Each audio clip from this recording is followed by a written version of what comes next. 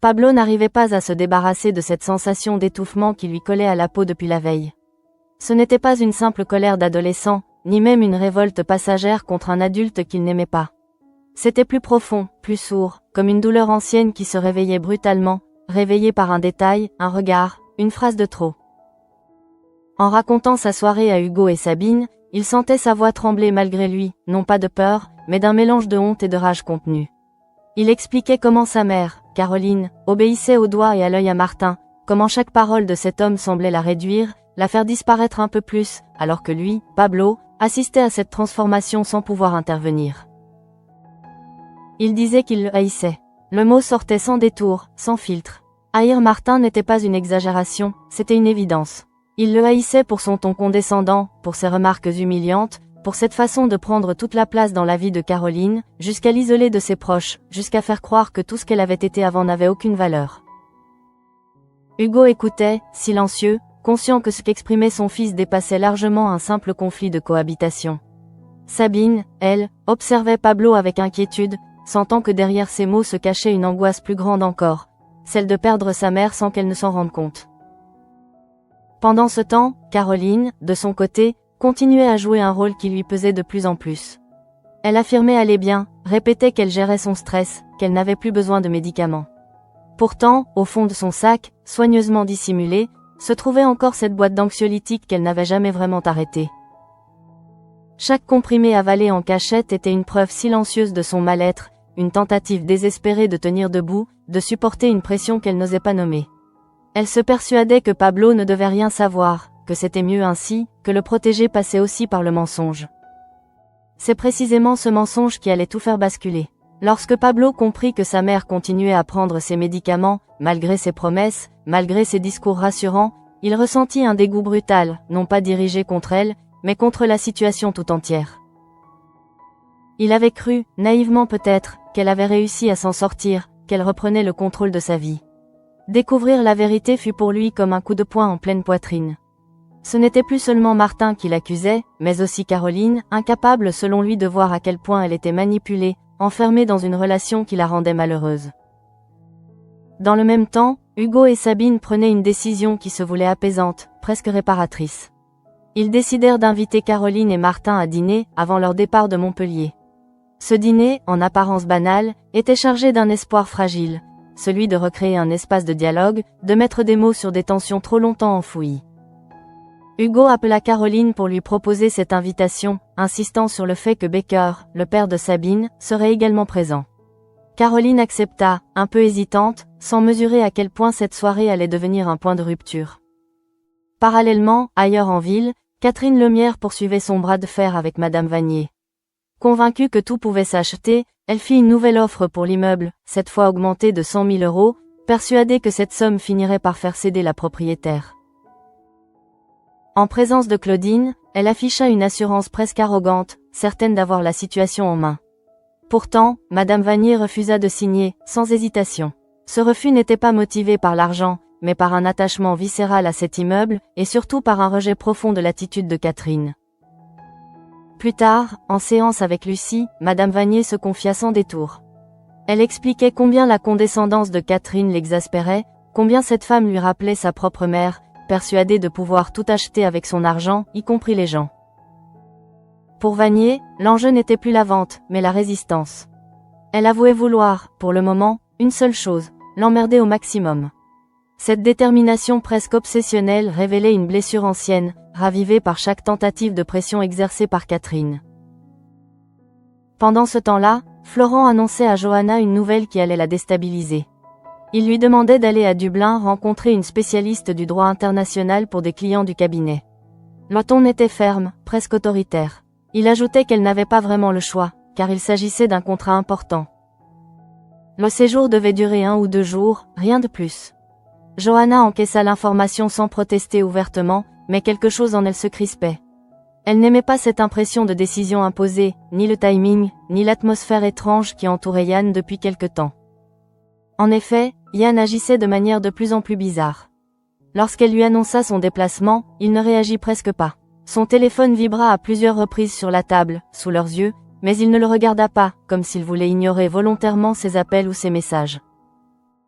Johanna observa la scène en silence, mais son malaise grandissait. Ce comportement inhabituel éveillait en elle un soupçon qu'elle n'osait pas encore formuler clairement. C'est alors que le jour du dîner arriva. Chez Hugo et Sabine, l'atmosphère se voulait chaleureuse, presque familiale. Janet n'avait pas pu venir, retenue par sa garde à l'hôpital, ce qui laissait un vide discret mais perceptible. Autour de la table, les discussions commencèrent sur un ton cordial. Martin parla de son travail, expliquant qu'il était directeur financier dans une société de maintenance aéronautique, et qu'il allait bientôt devenir associé. Il se présentait avec assurance, sûr de lui, comme quelqu'un qui avait réussi, qui savait où il allait. Caroline, de son côté, restait en retrait. Martin expliqua qu'elle était assistante comptable à la base, mais qu'elle ne s'épanouissait pas dans ce travail, raison pour laquelle elle avait démissionné. Les mots semblaient anodins, mais Pablo sentit une pointe de mépris dans cette façon de raconter l'histoire de sa mère. Il avait l'impression que chaque phrase la réduisait à une version simplifiée, presque insignifiante de ce qu'elle était réellement. À un moment, Caroline se leva discrètement et s'éloigna de la table. Elle se retrouva seule quelques secondes, le temps d'ouvrir son sac, de sortir un comprimé, de l'avaler rapidement avec un peu d'eau. Ce geste furtif n'échappa pas à Pablo, qui la suivit du regard, le cœur serré. La confirmation de ce qu'il redoutait le frappa de plein fouet. Elle n'avait jamais arrêté. Elle continuait à se cacher, à mentir, à s'anesthésier pour tenir. De retour à table, l'ambiance se tendit brusquement lorsque Martin lança à Pablo une remarque cinglante, presque désinvolte. C'était, selon lui, la spécialité de Pablo à une époque, de se faire courser par les flics. La phrase tomba comme une gifle, créant un malaise immédiat. Les regards se croisèrent, le silence s'installa. Pablo sentit le sang lui monter à la tête, partagé entre la colère et l'humiliation. Ce n'était pas seulement une attaque contre lui, mais une façon de le rabaisser devant tout le monde, de rappeler un passé qu'il essayait de laisser derrière lui. Caroline, figée, ne sut pas comment réagir. Elle sentit la honte la traverser, mais resta silencieuse, incapable de défendre son fils. Ce silence fut peut-être la blessure la plus profonde pour Pablo. Martin, quant à lui, semblait satisfait d'avoir marqué son territoire, d'avoir montré qui avait le pouvoir dans cette pièce. Un peu plus tard, Martin annonça vouloir aller aux toilettes. Pablo, encore sous le choc de la remarque, sentit monter en lui une impulsion incontrôlable. Il finit par le retrouver dans la chambre, loin des autres. L'échange fut bref, tendu, chargé d'une hostilité à peine contenue. Pablo n'avait pas les mots exacts pour exprimer ce qu'il ressentait, mais son regard parlait pour lui, un mélange de défi, de douleur et de haine pure. Après cet épisode, Caroline prit Martin à part. Elle lui confia qu'elle avait l'impression qu'il faisait tout pour l'éloigner de Pablo, que chaque geste, chaque parole semblait creuser un fossé entre elle et son fils. Martin répondit qu'il cherchait simplement à la protéger, à la préserver d'une relation qu'il jugeait toxique. Il proposa même une solution qui se voulait conciliatrice, demander à Pablo de venir à la randonnée, comme un geste d'ouverture, une tentative de rapprochement. Caroline hésita, partagée entre l'espoir et le doute. Pendant que cette tension familiale atteignait son paroxysme, d'autres trajectoires se dessinaient ailleurs. Gabin passait son entretien avec Berthier et Henrik pour le poste de préparateur de commande. Stressé, manquant de confiance en lui, il donnait pourtant le meilleur de lui-même. À l'issue de l'entretien, il fut embauché. Boris, qui entendit la nouvelle à distance, ne put s'empêcher de se réjouir. Henrik, toutefois, remarqua que Gabin semblait fragile, envahi par le stress, conscient que ce nouveau départ ne serait pas sans défi. Ainsi s'achevait cette première séquence, marquée par des fractures profondes, des silences lourds de sens et des décisions dont les conséquences allaient bientôt se faire sentir. Pablo, plus que jamais, se retrouvait face à son impuissance, témoin de la lente dérive de sa mère, incapable d'agir sans tout briser autour de lui. La soirée touchait à sa fin, mais pour Pablo, rien ne semblait vraiment terminé. Une fois rentré, il errait dans sa chambre comme un animal pris au piège, incapable de trouver le sommeil. Les images du dîner revenaient en boucle, le sourire assuré de Martin, la remarque humiliante lancée sans hésitation, le regard baissé de sa mère. Ce silence, surtout, le hantait. Il avait attendu un mot, un geste, une défense maladroite peut-être, quelque chose qui prouve que Caroline restait de son côté. Mais rien n'était venu, et ce vide, plus que la colère, l'écrasait. Pendant ce temps, Caroline, allongée dans le lit qu'elle partageait avec Martin, fixait le plafond dans l'obscurité. Elle sentait encore l'amertume de la soirée lui serrer la gorge. Les paroles de Pablo résonnaient dans sa tête, mêlées à celles de Martin, plus calmes, plus rationnelles, mais tout aussi pesantes. Elle se répétait qu'elle faisait de son mieux, qu'elle essayait simplement de tenir, de garder un équilibre fragile entre son fils et l'homme qui partageait désormais sa vie.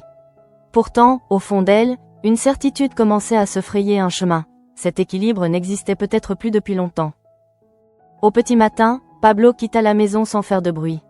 Il ne supportait plus cette atmosphère étouffante, ces murs qui semblaient l'observer, témoins silencieux de son impuissance. Il avait besoin de parler, de mettre des mots sur ce qu'il ressentait, et c'est naturellement vers Hugo qu'il se tourna. Devant lui, il laissa tomber les dernières barrières. Il répéta qu'il détestait Martin, mais cette fois, le mot était chargé d'une tristesse nouvelle. Il accusait cet homme d'avoir pris le contrôle de sa mère, de l'avoir isolé, de l'avoir rendu méconnaissable.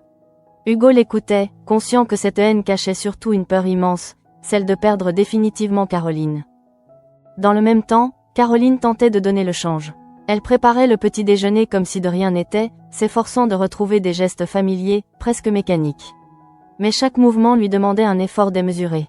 Elle sentait son cœur battre trop vite, ses mains tremblaient légèrement. L'angoisse montait, sourde, insidieuse. Sans réfléchir, elle ouvrit un tiroir, chercha la boîte d'anxiolytiques et en sortit un comprimé. Ce geste, devenu presque automatique, la rassura autant qu'il la culpabilisa. Elle savait que Pablo aurait été écœuré de la voir ainsi, mais à cet instant, elle n'avait plus la force de lutter. Plus loin, Madame Vanier poursuivait sa propre bataille, bien différente mais tout aussi révélatrice. Dans son appartement, entourée de souvenirs accumulés au fil des années, elle se sentait étrangement apaisée. Le refus opposé à Catherine Lemierre lui avait donné un sentiment de victoire inattendu. Ce n'était pas une question d'argent, ni même d'orgueil, c'était une manière de reprendre le contrôle, de dire non à une femme qui, selon elle, incarnait tout ce qu'elle détestait. En repensant à la séance avec Lucie, elle comprenait que ce combat dépassait largement la simple vente d'un immeuble. Il touchait à quelque chose de plus intime, de plus ancien, un besoin viscéral de ne plus se laisser écraser. Dans un autre registre, Gabin, lui, essayait de savourer la bonne nouvelle de son embauche. Il répétait mentalement chaque mot de l'entretien, chaque regard échangé avec Berthier et Henrique. Être pris comme préparateur de commande représentait pour lui une chance inespérée, mais aussi une source d'angoisse nouvelle. Il avait senti le regard d'Henrique se poser sur lui avec une lucidité presque inquiétante, comme s'il avait perçu sa fragilité, son manque de confiance. Boris, enthousiaste, lui avait transmis sa joie, renforçant ce sentiment paradoxal, la fierté mêlée à la peur de ne pas être à la hauteur. Pendant ce temps-là, Johanna tentait de faire le point sur son déplacement à venir. L'idée de partir à Dublin pour le cabinet aurait dû la stimuler, flatter son ambition professionnelle. Pourtant, quelque chose clochait. Le comportement de Yann la troublait plus qu'elle ne voulait l'admettre. Son indifférence apparente, son téléphone ignoré malgré les vibrations insistantes, tout cela dessinait une distance nouvelle, inquiétante. Johanna se surprenait à observer le moindre de ses gestes, cherchant des indices, des explications rationnelles à ce malaise grandissant. Revenons à Caroline, qui, en fin de journée, se retrouva seule avec ses pensées. Les mots de Martin, prononcés la veille, prenaient une résonance différente. Lorsqu'il lui avait dit vouloir la protéger, elle avait voulu y croire. Mais protéger de quoi? De Pablo? De son propre fils? Cette idée la bouleversait. Elle repensait à la proposition de la randonnée, présentée comme une tentative de rapprochement. Était-ce réellement une main tendue, ou une nouvelle façon de contrôler la situation? Plus elle y réfléchissait, plus le doute s'installait. Pablo, de son côté, observait sa mère à distance, cherchant le bon moment pour lui parler. Il la voyait fatiguée, tendue, absente. Chaque fois qu'il s'apprêtait à ouvrir la bouche, les mots restaient coincés. Il craignait de provoquer une dispute de plus, de la faire souffrir davantage. Cette retenue, pourtant, lui coûtait cher. Il avait l'impression de trahir ses propres sentiments, de se taire alors que tout en lui criait. C'est alors que Caroline tenta une approche maladroite. Elle parla de la randonnée proposée par Martin, suggérant que cela pourrait être l'occasion de passer du temps ensemble, de se retrouver autrement. Pablo la regarda, incrédule. Derrière cette proposition, il voyait surtout la main de Martin, encore une fois. Son refus fut net, presque brutal. Il déclara qu'il n'avait aucune envie de partager un moment avec cet homme, qu'il ne comprenait pas comment elle pouvait encore lui faire confiance. Les mots dépassèrent sa pensée, révélant une colère accumulée depuis trop longtemps. Caroline encaissa, blessée, mais aussi secrètement soulagée. Ce refus, aussi violent soit-il, confirmait ce qu'elle redoutait. Le fossé entre elle et son fils était devenu trop large. Elle se sentit soudain très seule, prise entre deux mondes incompatibles. Une nouvelle fois, l'angoisse monta, et avec elle, l'envie irrépressible de se réfugier dans ce qui l'apaisait, même artificiellement. Ainsi, les trajectoires se croisaient sans vraiment se rejoindre. Chacun avançait avec ses propres blessures, ses propres stratégies de survie. Pablo, impuissant face à la dérive de sa mère. Caroline, prisonnière d'un mal-être qu'elle tentait de masquer. Martin, convaincu d'agir pour le bien, sans mesurer les dégâts causés. Et autour d'eux, des existences parallèles, marquées par des choix, des refus, des soupçons, qui allaient bientôt entrer en collision. La tension ne retombait pas, elle se transformait. Chez Caroline, l'angoisse n'explosait plus en crise visible, elle s'installait dans une fatigue permanente, une lassitude qui se lisait dans ses gestes les plus simples. Elle se surprenait à fixer le vide, à oublier ce qu'elle venait de faire quelques secondes plus tôt. Martin observait ces signes sans les interpréter comme des alertes. Pour lui, c'était la preuve qu'elle avait besoin d'être guidée, protégée, encadrée. Il renforçait ainsi, sans s'en rendre compte, le mécanisme même qui la fragilisait. Pablo, lui, ressentait cette dérive comme une urgence silencieuse. Il n'avait pas de preuves tangibles, pas de mots-clés qui permettraient de convaincre sa mère. Seulement des impressions, des sensations, cette certitude intime que quelque chose n'allait pas. À chaque fois qu'il croisait le regard de Caroline, il y lisait une absence qu'il ne reconnaissait pas. Elle était là, physiquement, mais déjà ailleurs, comme si une partie d'elle-même s'était retirée pour survivre. Dans un moment de solitude, Caroline se rappela ce qu'elle avait été avant. Assistante comptable, certes, mais aussi une femme autonome, capable de prendre des décisions, d'assumer ses choix, même imparfaits. Le discours de Martin, répété à plusieurs reprises devant d'autres personnes, l'avait peu à peu convaincue qu'elle ne s'épanouissait pas dans cette vie-là, qu'elle devait tourner la page. Aujourd'hui, elle se demandait si ce renoncement ne l'avait pas privée de quelque chose d'essentiel, sa propre identité. Pendant ce temps, Martin continuait à avancer avec assurance. Il parlait de leur avenir, de projets à venir, de cette nouvelle place qu'il allait occuper dans son entreprise. Chaque phrase dessinait un futur où Caroline avait un rôle secondaire, flou, mais présenté comme rassurant. Il disait vouloir la préserver du stress, lui éviter les conflits, surtout avec Pablo. À ses yeux, l'éloignement entre mère et fils était un mal nécessaire, une étape transitoire pour retrouver une forme de stabilité. Pablo, au contraire, vivait cet éloignement comme une déchirure. Il se confiait de plus en plus difficilement, même à Hugo. Il avait l'impression de tourner en rond, de répéter toujours la même chose sans être entendu. Cette impuissance le rongeait. Il se demandait s'il n'aurait pas dû être plus dur, plus frontal, provoquer une rupture nette plutôt que d'assister, passif, à ce qu'il considérait comme une lente destruction. Dans le même temps, Madame Vanier savourait une forme de calme paradoxal. Son refus de vendre avait créé un point d'ancrage dans une existence qu'elle sentait parfois lui échapper. Face à Catherine Lemierre, elle avait retrouvé une capacité à dire non, à imposer ses limites. Cette opposition devenait presque un moteur, une manière de se sentir vivante, active, en résistance. Lucie, lors de leurs échanges, percevait bien que cette obstination n'était pas qu'un caprice, mais une réponse à une histoire personnelle marquée par des rapports de domination. Gabin, de son côté, entamait ses premiers pas dans son nouveau poste. L'enthousiasme des débuts se heurtait rapidement à la réalité du travail. Il doutait, se comparait aux autres, craignait chaque erreur. Pourtant, la confiance que Berthier et Henrik lui avaient accordée résonnait encore en lui comme une promesse fragile. Boris, toujours présent en arrière-plan, se réjouissait sincèrement pour lui, voyant dans cette embauche un signe positif au milieu d'un climat général tendu. Chez Johanna et Yann, le malaise s'épaississait. Johanna préparait son départ à Dublin avec une application presque mécanique. Elle rangeait ses dossiers, organisait son emploi du temps, mais son esprit était ailleurs. Les silences de Yann devenaient pesants. Elle repensait à ce téléphone ignoré, à cette vibration laissée sans réponse, comme un signal volontairement étouffé. Elle n'osait pas encore poser la question, redoutant la réponse autant que le mensonge. Revenons à Caroline, qui, en fin de journée, se retrouva une nouvelle fois seule. Le calme apparent de l'appartement accentuait son malaise. Elle ouvrit un placard, hésita, puis sortit la boîte de médicaments. Elle en observa le contenu, consciente de la contradiction.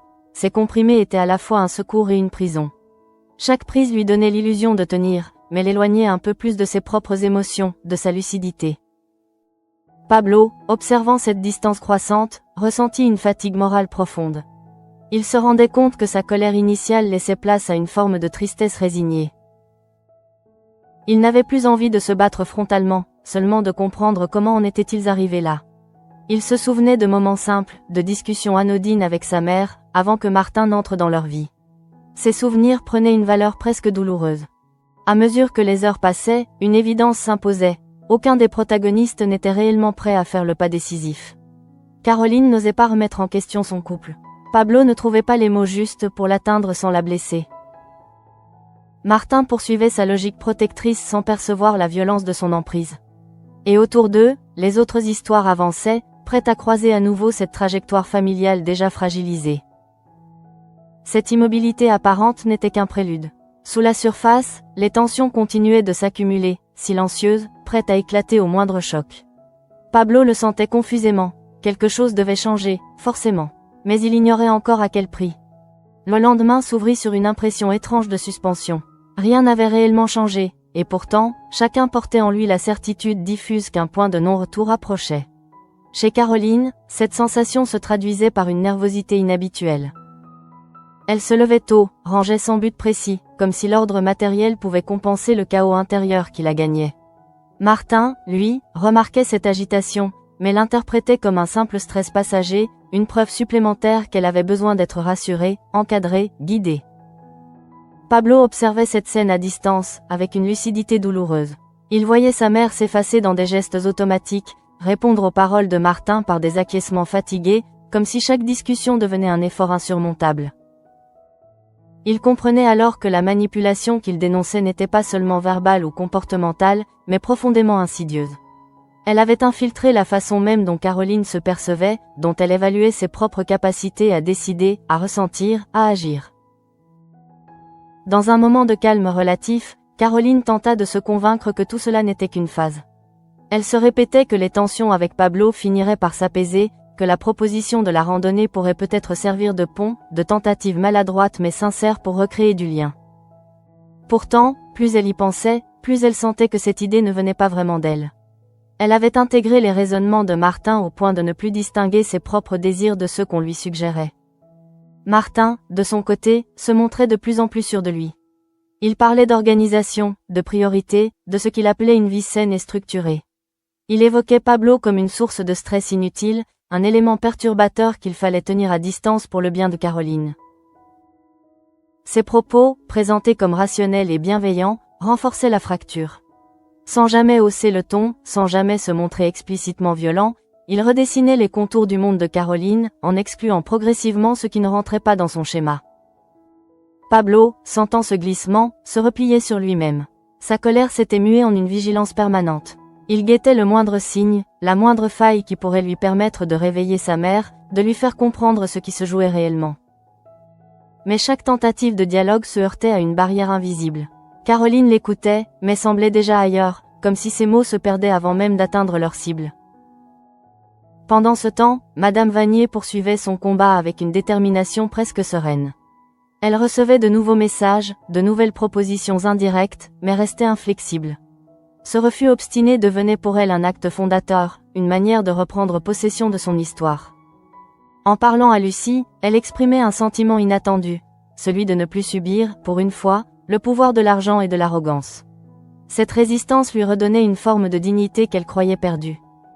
Dans un autre espace, Gabin continuait à apprivoiser son nouveau rôle. Les premiers jours révélaient ses failles autant que ses capacités. Il doutait de chaque décision, mais persistait, porté par l'idée qu'on lui avait donné une chance. Henrik, observant de loin, notait cette fragilité sans la condamner, conscient que la confiance se construit lentement, parfois douloureusement. Boris, fidèle à son enthousiasme, voyait dans cette évolution une promesse d'équilibre au milieu des tensions environnantes. Chez Johanna, la préparation du départ prenait une tournure plus introspective. Elle se surprenait à analyser chaque interaction avec Yann, chaque silence, chaque absence de réaction. Ce téléphone qu'il ignorait continuait de la hanter, symbole d'un secret qu'elle n'osait pas encore affronter. Elle se demandait si son voyage à Dublin ne tomberait pas au pire moment, la laissant seule face à des doutes qu'elle préférait repousser.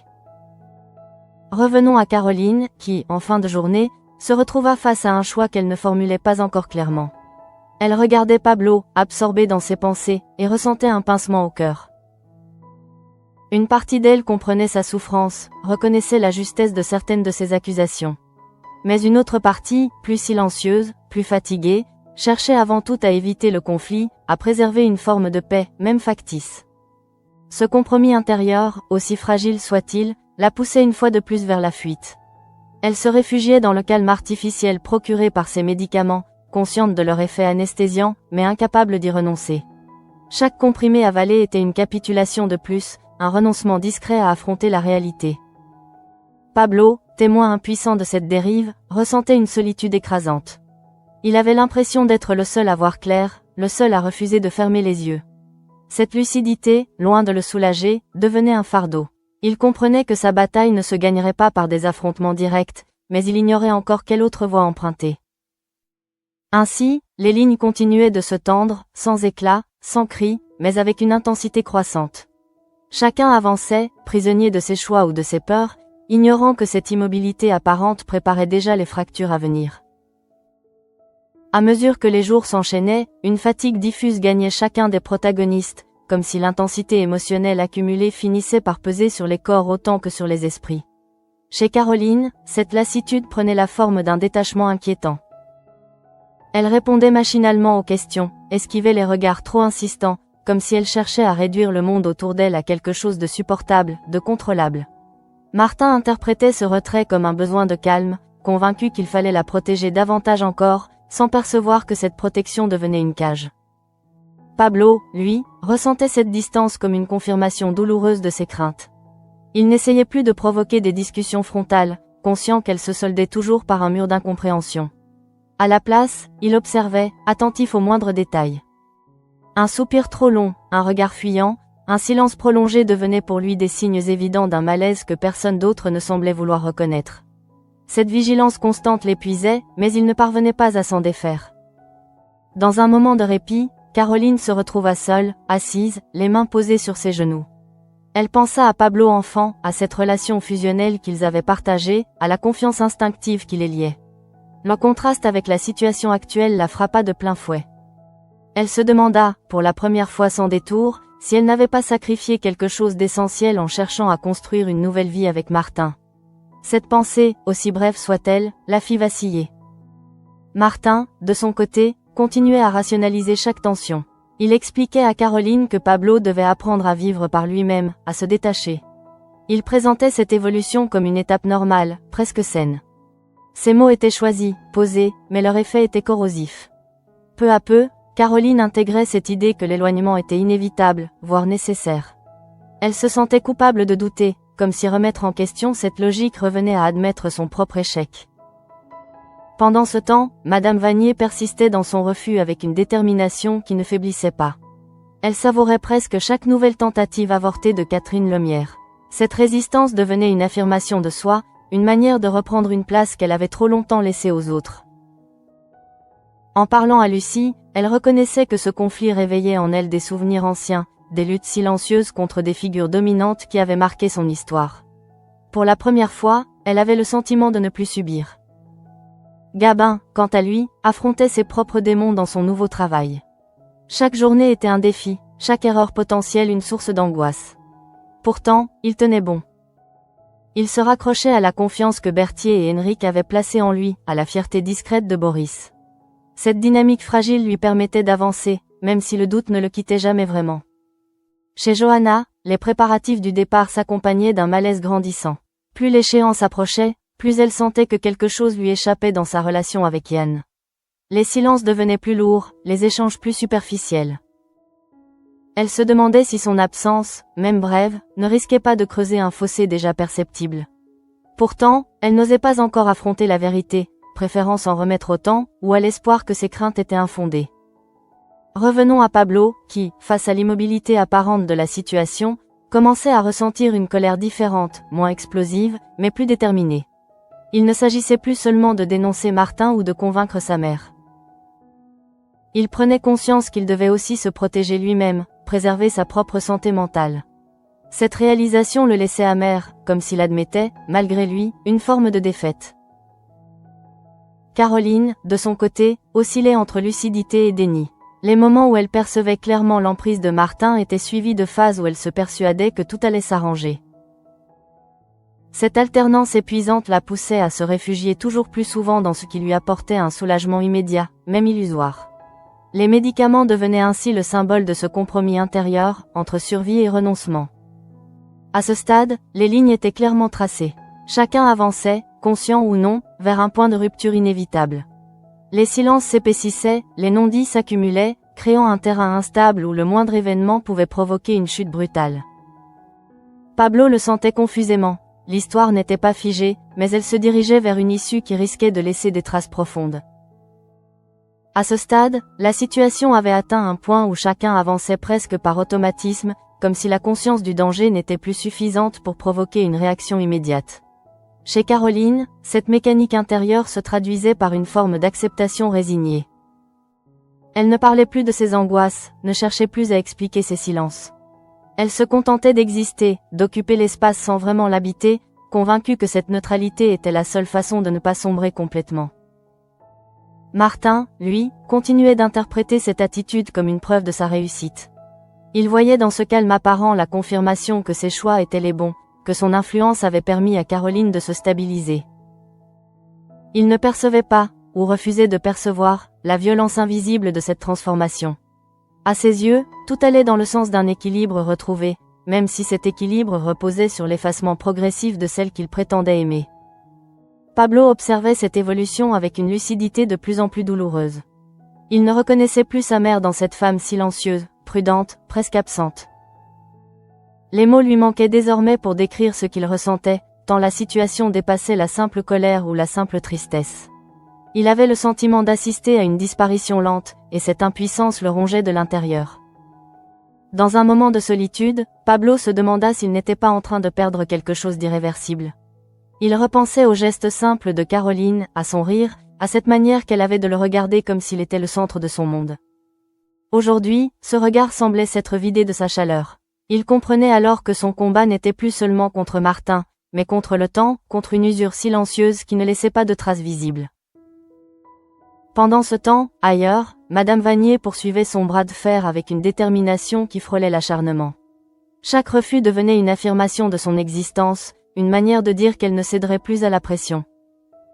En séance avec Lucie, elle reconnaissait que cette obstination lui permettait de rester debout, de ne pas replonger dans un sentiment d'infériorité qu'elle avait trop longtemps intériorisé. Ce combat, aussi dérisoire qu'il puisse paraître aux yeux des autres, était pour elle une question de survie psychique. Gabin, de son côté, continuait à se confronter à ses limites. Les journées de travail révélaient autant ses capacités que ses fragilités. Il doutait, se remettait en question, mais persistait. Cette persévérance silencieuse contrastait avec la violence émotionnelle qui traversait d'autres trajectoires.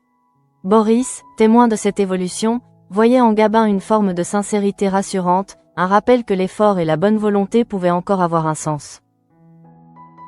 Chez Johanna, l'approche du départ accentuait un malaise déjà bien installé. Elle sentait que quelque chose lui échappait dans sa relation avec Yann, mais ne parvenait pas à mettre un nom précis sur ce trouble.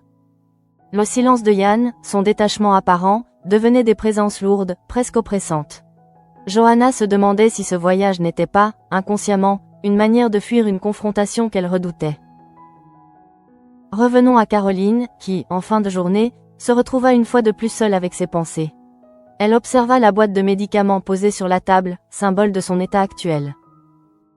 Elle savait qu'il ne réglait rien, qu'il ne faisait qu'atténuer les symptômes. Pourtant, l'idée de s'en passer lui semblait insurmontable. Cette dépendance silencieuse renforçait son sentiment de faiblesse, tout en lui donnant l'illusion d'un contrôle minimal. Pablo, témoin de cette dérive, ressentait une fatigue émotionnelle extrême. Il comprenait désormais que sa mère n'était pas seulement manipulée, mais aussi profondément perdue. Cette prise de conscience le plongeait dans une tristesse nouvelle, plus calme, mais aussi plus désespérée. Il ne savait plus comment l'aider sans se détruire lui-même. À ce moment précis, quelque chose changea imperceptiblement. Non pas un événement spectaculaire, mais une prise de conscience collective, diffuse. Chacun, à sa manière, sentait que cette situation ne pouvait pas durer indéfiniment. Les compromis, les silences, les fuites atteignaient leurs limites. Une décision, quelle qu'elle soit, devenait inévitable. Ainsi, les trajectoires continuaient de converger vers un point de tension maximale. L'illusion de stabilité se fissurait lentement, laissant apparaître la fragilité de chacun. Pablo, plus que jamais, se retrouvait face à son impuissance, conscient que la suite des événements dépendrait de choix qui dépassaient désormais sa seule volonté. La fin de cette séquence ne se jouait pas dans un éclat, ni dans une confrontation ouverte, mais dans une accumulation de silence devenu insupportable. Chez Caroline, quelque chose avait définitivement basculé. Ce n'était pas une prise de conscience claire, encore moins une décision assumée, mais plutôt un épuisement profond, celui qui empêche de lutter davantage. Elle avançait désormais dans ses journées comme on traverse un brouillard épais, guidée par des habitudes, par la voix rassurante de Martin, par cette promesse implicite que tout irait mieux si elle continuait à se laisser porter. Martin, convaincu d'agir pour le bien, renforçait encore cette dynamique. Il parlait de protection, de reconstruction, de nécessité de se préserver des tensions inutiles. Dans son discours, Pablo devenait peu à peu un facteur de déséquilibre, une source de stress qu'il fallait contenir, voire tenir à distance. Sans jamais le dire frontalement, il installait l'idée que l'amour maternel devait se transformer, se réorganiser, quitte à se faire plus froid, plus lointain. Caroline, trop fatiguée pour contredire cette logique, se contentait d'acquiescer. Pour Pablo, cette attitude était une confirmation terrible. Il comprenait que sa mère ne l'entendait plus vraiment, qu'elle n'était plus en mesure de reconnaître ce qu'il essayait de lui dire depuis le début. La colère avait laissé place à une forme de lucidité douloureuse.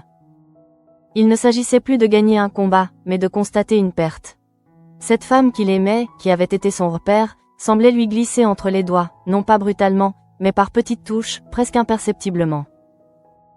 À cet instant, Pablo prit conscience de sa propre limite. Il ne pouvait ni sauver sa mère de force, ni la contraindre à ouvrir les yeux. Cette impuissance, qu'il refusait jusque-là d'accepter, s'imposait désormais comme une réalité incontournable. Il ressentit un mélange de tristesse et de dégoût, non seulement envers Martin, mais envers cette situation qui l'obligeait à grandir trop vite, à renoncer à une part de son innocence. Caroline, de son côté, tenta une dernière fois de se convaincre que tout cela était temporaire.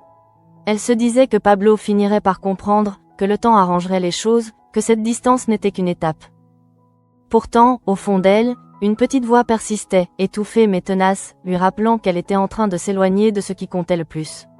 Cette voix, elle la faisait taire en avalant un comprimé de plus, en cherchant le calme artificiel qui lui permettait de tenir encore un peu. Autour d'eux, les autres trajectoires poursuivaient leur chemin, comme autant de miroirs de cette fragilité humaine. Madame Vanier, dans son refus obstiné, montrait qu'il était encore possible de dire non, de résister, même tardivement. Gabin, malgré ses doutes, avançait pas à pas, prouvant que la confiance pouvait se construire lentement, au prix d'efforts constants. Johanna, quant à elle, sentait que ses propres certitudes vacillaient, que le comportement étrange de Yann n'était peut-être que le début d'un déséquilibre plus profond. Mais au cœur de cet épisode, c'était bien la relation entre Pablo et Caroline qui laissait la trace la plus amère. Rien n'explosait, rien ne se réglait. Tout restait en suspens, figé dans une tension sourde. Pablo repartait avec la certitude qu'il ne pouvait plus rien faire, sinon observer, impuissant, la lente dérive de sa mère. Caroline, elle, continuait d'avancer, persuadée de se protéger, sans voir qu'elle se perdait un peu plus à chaque pas. Cette fin n'apportait aucune résolution, seulement un constat cruel. Parfois, aimer ne suffit pas. Et l'impuissance, lorsqu'elle s'installe, devient une blessure invisible, mais durable, dont personne ne sort réellement indemne.